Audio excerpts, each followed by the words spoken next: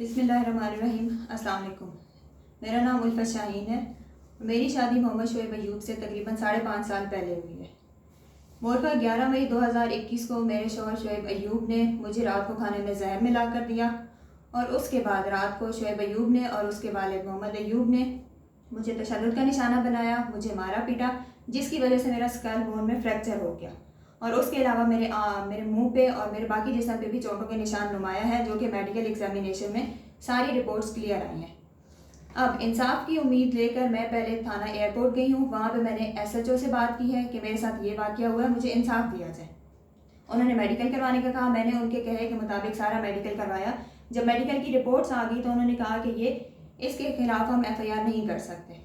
अगली उम्मीद मेरे पास CPO साहब की थी। जब मैं अपनी अपील लेके CPO साहब के पास गई हूँ, उन्होंने SHO साहब को हुक्म दिया है कि इनकी FIR दर्ज की जाए।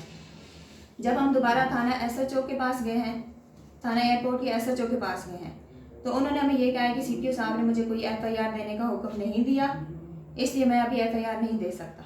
अगर उन्होंने मुझे दोबारा हुक्म दिया तो मैं FIR दे दूँगा, वरना मैं इस पर कोई कार्रवाई नहीं कर सकता। CPO साहब की तरफ से भी नाउम्मीद होने के बाद अगली दफ़ा हम कोर्ट के पास गए हैं।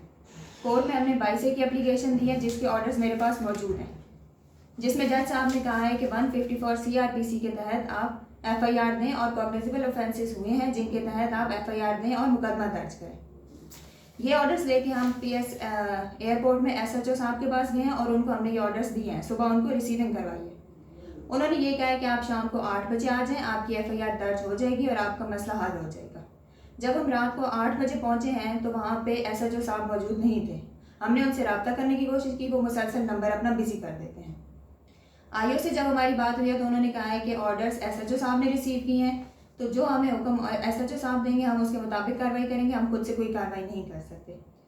मेरा सवाल सिर्फ ये है कि रियासत मदीना में जहाँ पे औरतों के हकूक़ की बात की जाती है, मैं एक मजलूम औरत हूँ, मेरे साथ जुल्म हुआ है, मुझे जहर देने की कोशिश भी की गई है, जान से मारने की कोशिश भी की गई है और तशद्दुद का निशाना भी बनाया गया है। मैं सिर्फ इंसाफ की उम्मीद लेके हर फोरम पे गई हूँ, निचले फोरम से लेके हाई कोर्ट तक गई हूँ मैं। अब कोर्ट के ऑर्डर्स आने के बावजूद थाना एयरपोर्ट के SHO साहब जो है वो FIR देने से इनकारी हैं।